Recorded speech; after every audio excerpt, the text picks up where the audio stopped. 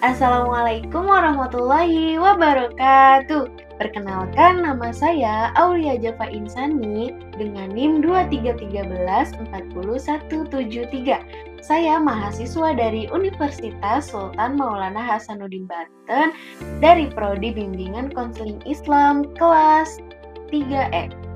Saya di sini akan menjelaskan tentang teori kepribadian Sigmund Freud. Sigmund Freud itu adalah tokoh penting dalam psikologi yang mengembangkan teori psikoanalisis untuk menjelaskan pembentukan dan perkembangan kepribadian.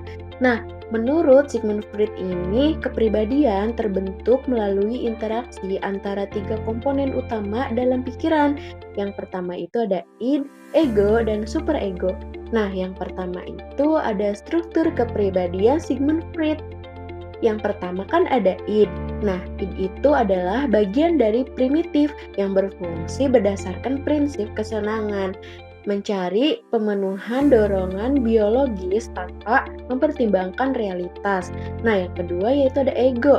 Nah, ego ini berkembang dari id dan beroperasi berdasarkan prinsip realitas, berusaha menyeimbangkan dorongan id dengan realitas dunia luar.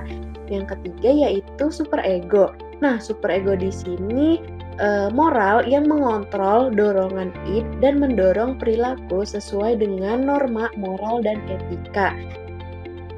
Nah, yang kedua yaitu ada tahap perkembangan psikoseksual.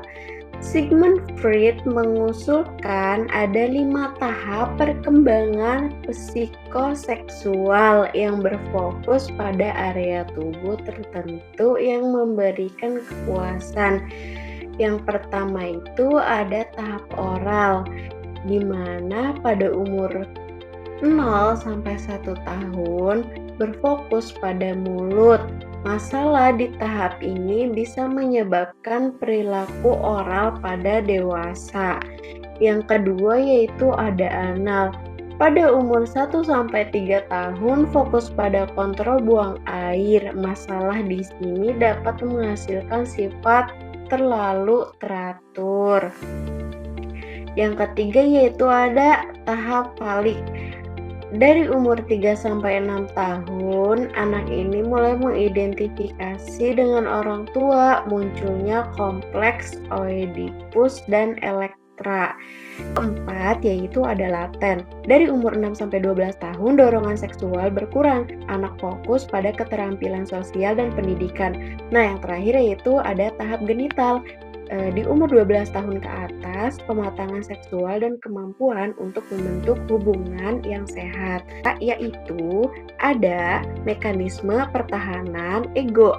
Ego mengutamakan berbagai mekanisme pertahanan untuk mengatasi kecemasan seperti represi, proyeksi, dan rasionalisasi sublimasi. Nah, yang dimaksud represi yaitu menekankan ingatan atau perasaan yang menimbulkan kecemasan. Yang kedua, proyeksi yaitu menyalahkan orang lain atas perasaan diri sendiri gitu kan. Nah, yang ketiga yaitu rasionalisasi, membenarkan perilaku yang tidak dapat diterima. Nah, yang terakhir yaitu sublimasi, yaitu mengalihkan dorongan agresif atau seksual kegiatan sosial yang lebih diterima. Yang keempat yaitu pengaruh ketidaksadaran. Sigmund Freud menekankan pentingnya ketidaksadaran yang mempengaruhi perilaku dan pengalaman kita melalui dorongan dan trauma yang tersembunyi, seringkali muncul dalam mimpi atau selip kata. Kesimpulan dari teori ini yaitu teori Sigmund Freud memberikan wawasan tentang bagaimana struktur mental berfungsi dengan menekankan konflik internal, tahapan psikoseksual, dan mekanisme pertahanan ego. Meskipun kritik terhadap teori ini ada, pengaruh Sigmund Freud dalam psikologi tetap besar, terutama dalam memahami pengaruh ketidaksadaran terhadap kepribadian dan perilaku. Cukup sekian penjelasan dari saya, kurang dan lebihnya mohon maaf. Like, subscribe, dan komen ya guys. Terima kasih. Wassalamualaikum warahmatullahi wabarakatuh. Bye-bye.